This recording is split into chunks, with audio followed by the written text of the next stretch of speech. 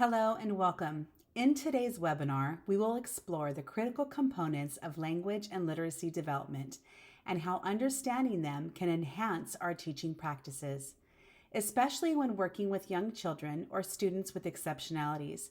My name is Jessica Gorell, and I'm excited to walk you through these linguistic components: phonology, morphology, syntax, semantics, and pragmatics, and show how they apply to literacy development. Defining key linguistic components. Let's start with a brief overview of the 5 components of language. Phonology. Phonology refers to the sound of language, the smallest unit of sound called phonemes. For example, the B sound in bat or the sh sound in shoes. Phonology awareness, or the ability to identify and manipulate these sounds, is crucial for reading and writing. For instance, rhyming activities helps children recognize patterns in sounds, which contributes to decoding words when reading. Morphology is the study of the structure of words. It includes morphemes, the smallest units of meanings, such as prefixes, roots, and suffixes. For example, the word unhappiness can be broken down into an a prefix, happy, a root word, and ness, a suffix. Understanding morphology helps children break down complex words and supports their spelling and reading comprehension. Syntax involves the rules for arranging words into sentences. In English, we follow a subject-verb-object order such as the dog chased the ball. Syntax is essential for constructing meaningful sentences and understanding sentence structure, which impacts both reading, comprehension, and writing skills. Semantics is the study of meaning in language. It involves vocabulary and how we understand words and phrases in context. For example, the word bat can refer to an animal or a piece of sports equipment. Understanding semantics allows children to better grasp vocabulary and reading comprehension by figuring out meaning based on context.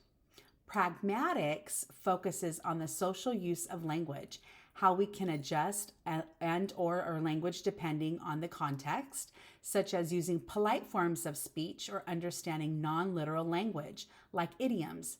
An example would be understanding that can you pass me the salt is a request, not a literal question about an ability.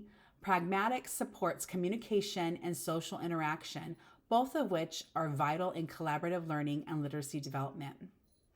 So now, you might be wondering, why is it essential to understand these concepts when working with students with exceptionalities, such as students with language delays, learning disabilities, or other communication disorders? The answer is simple. These components lay the foundation for literacy. Children with exceptionalities often struggle in one or more of these areas. For example, a child with a speech delay may struggle with phonology and phonemic awareness, making it difficult to sound out words while reading. A child with a learning disability might have trouble understanding the meaning of words, which is semantics, or applying the rules of syntax. By understanding these linguistic components, we can tailor our instruction to meet the specific need of these students. We can use targeted interventions and scaffold support to help them build these essential skills, ultimately setting them up for success in both language and literacy. Now, let's look at some research-based strategies to support the language and literacy development of early childhood students, particularly those who struggle with linguistic components. Research consistently shows that phonological awareness, the ability to hear and manipulate sounds, is a critical predictor of reading success. Activities like sound matching games, rhyming activities, and clapping out syllables help students build awareness of phonemes. For example, you can play games where students match words that start with the same sound or clap out syllables in their names. Children who struggle with reading often found it difficult to break down complex words. Teaching them about prefixes, roots, and suffixes through interactive word-building games can help them decode and understand new words. For example, you might have students work with base words and add prefixes or suffixes to make new words, like changing play to replay or player. One of the best ways to build a syntax and semantics is through read-alouds.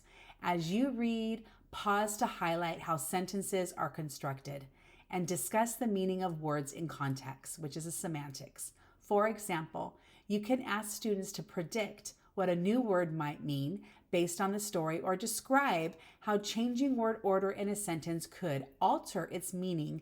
Interactive read-alouds also provide opportunities for teaching pragmatic skills, such as understanding how characters' language changes depending on their emotion or the situation. So, in summary, understanding phonology, morphology, syntax, semantics, and pragmatics is essential for supporting the language and literacy development of all students, especially those with exceptionalities. By incorporating developmentally appropriate strategies like phonological awareness activities, morphological games, and interactive read-alouds, you can provide your students with the tools they need to succeed. Thank you so much for watching, and I hope you found these insights and strategies helpful. Remember, language is the foundation of literacy, and by supporting these components, we can empower our students to become confident, capable readers and communicators.